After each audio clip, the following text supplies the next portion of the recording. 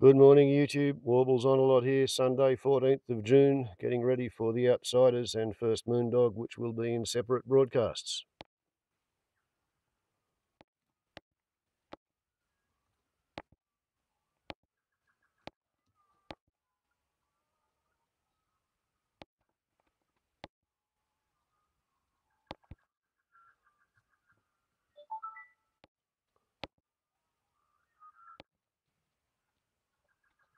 With a special shout out to Lorelei, who wanted a jump cut tag video. Well, this is it. The only way I could think of to do it with a mobile phone camera.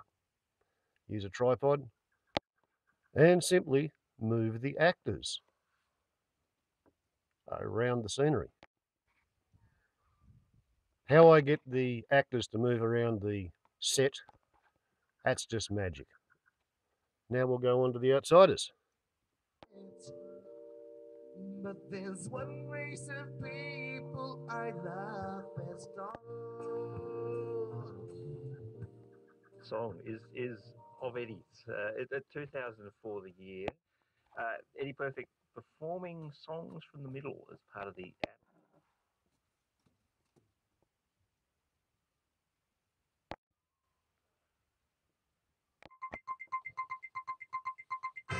Time now for Outsiders. I'm Barry Cassidy, and you're not.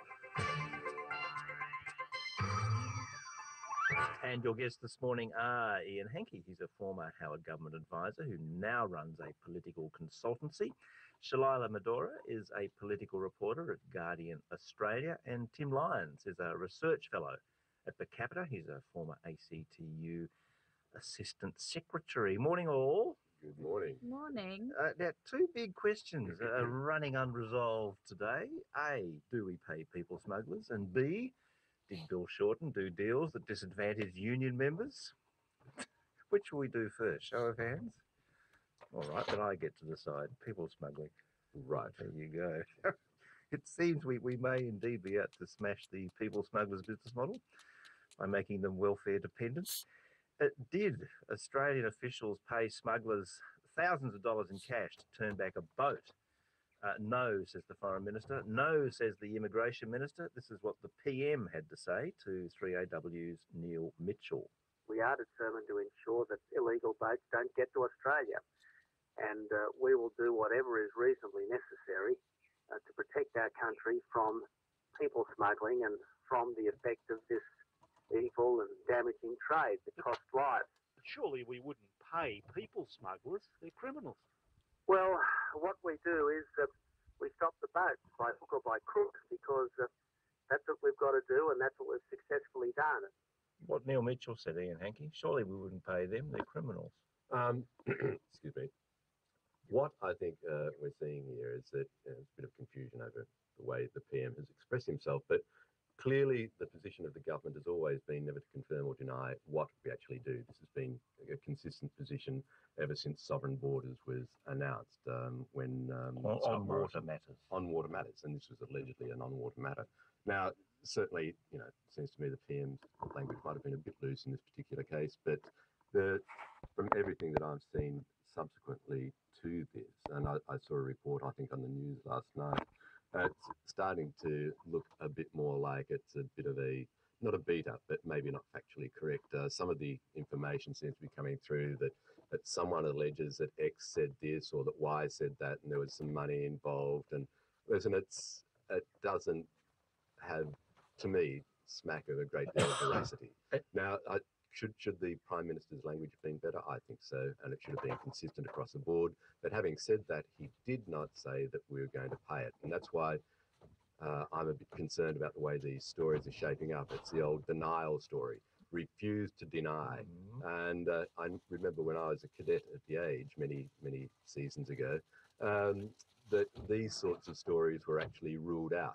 that was deemed to be not particularly competent journalism to do the refuse to deny, because it's a very easy way to get a story out. And yet, Shalala, the That's foreign minister in Indonesia is onto this. There is an investigation by police there. We'll get facts And of pretty course, shortly. But that's surely, appropriate. surely these allegations are serious enough for the Prime Minister to just say, no, we will never pay people smugglers, particularly given the narrative that the Prime Minister himself has constructed around this, which is that people smugglers are evil, that they peddle an evil trade.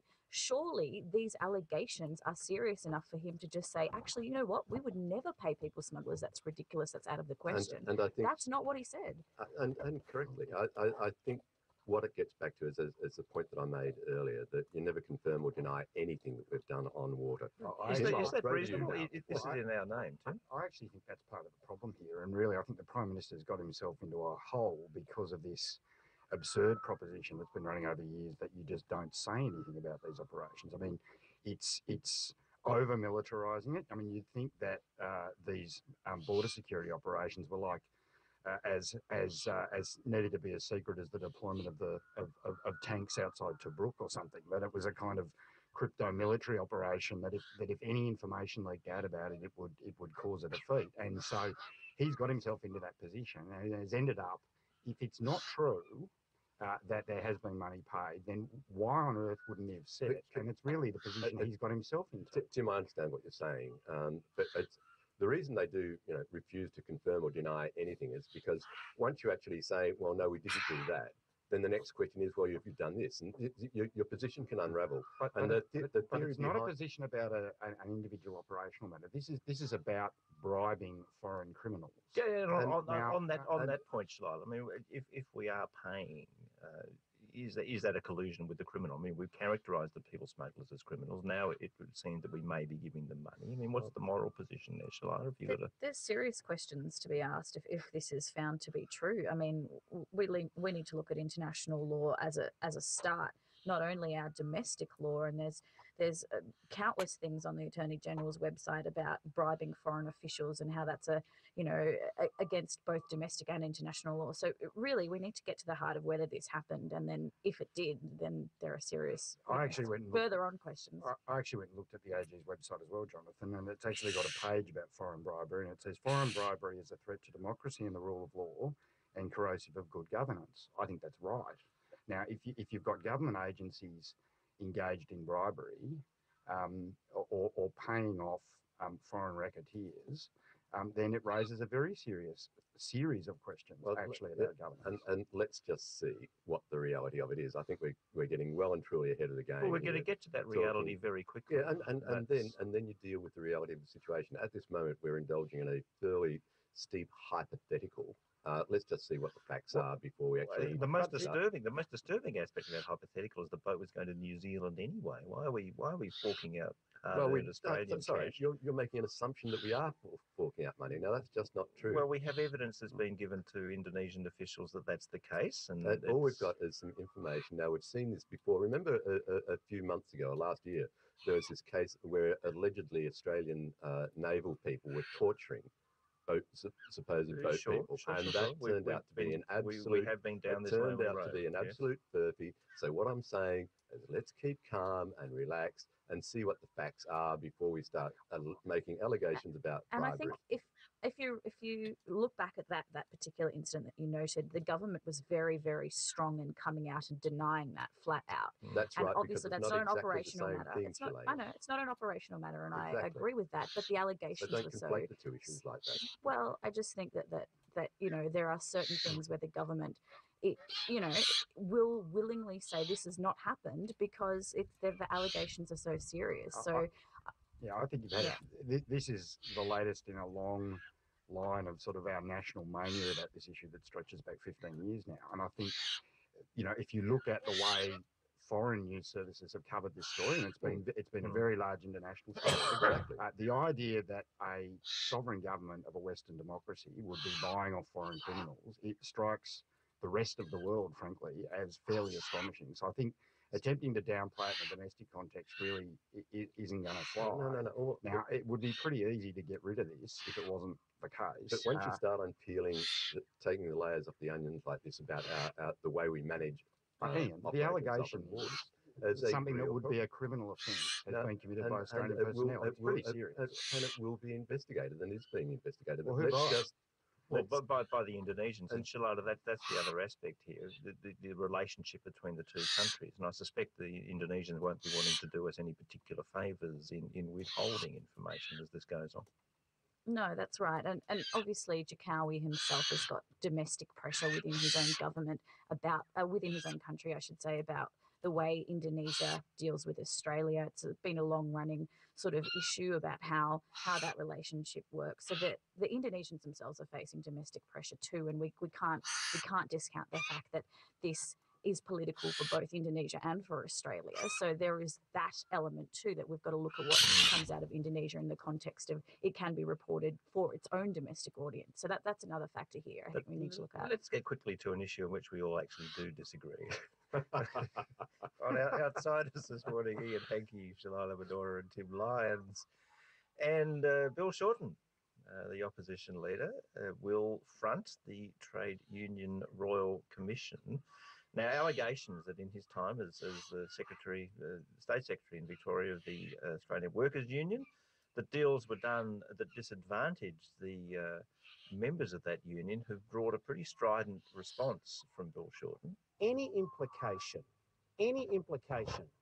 that I'm not completely motivated and committed to getting a better deal for workers, for productive relations at companies, and for standing up for people is completely unfair and false. I've spent every day of my adult life representing workers. My record is there for all to see. Furthermore, I and the labour movement has zero tolerance for any form of illegality, be it employer or employee or union rep. Full stop. Yes, the problem, Tim Lyons, they're always talking over Bill Shorten. There seems to be an endemic issue here with unions favouring either money or political power over the interests of their members. Oh, look, I'm in the cheap seats now on these questions, but You're free to talk. I am free to talk. I wouldn't accept your characterisation of endemic. I think there have been some allegations in the last couple of weeks that, if true, are conduct that I wouldn't support and are not things that I'm going to do within 20 years as a trade union official. So I think the things about companies paying for union memberships is completely unacceptable, and it's not something I was ever involved in, and it shouldn't happen. As to the agreements, I think it's important that people remember there are literally tens of thousands of enterprise agreements in Australia. There is still a very strong union wage premium for people. If you measure this, union members are paid on average in the whole economy about $125 a week more than anybody else. There's a 25% wage premium for women. Now, there's some individual agreements which don't appear to stack up, and that needs to be fixed. But the particular agreement that received a lot of coverage this week, which was a cleaning agreement, was actually a work choices era agreement. And there's a certain irony here, Jonathan, that a bunch of the people, including I suspect Ian, who were very big supporters of work choices, are now decrying this poor work choices, these poor people that were caught by a work choices agreement. I mean, that's what the system was designed to do. Now, why it was still on the payments here are administered by the union. And exactly. If remember, you did rail against work choices. If it did, I think it was 2004 actually. These sort of things were struck in 2006. But there is a certain irony. Let's just say it is work choices that this was struck under, and you're right. I actually do think that was a good piece of policy, having been there at the time myself.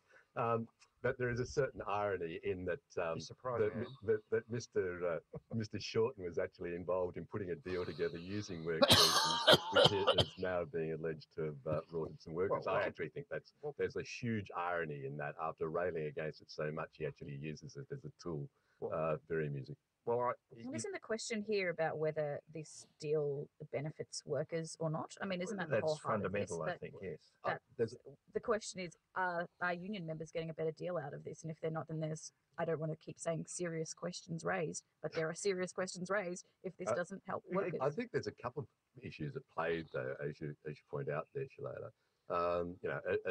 It is workers dudded. The other issue is about why union memberships were paid by the company would appear without people knowing it. And that is also to increase the bargaining position of the AWU at Labor Party conferences. Now, that is another issue as well. I mean, which this I is think the awkward aspect, isn't it, of union politics and Labor Party politics, is the way in which people get caught up in what's essentially power play. Look, I think some of that's been pretty overcooked. I mean, And sadly, the upload limit approacheth. So we'll call a halt to this and restart ASAP.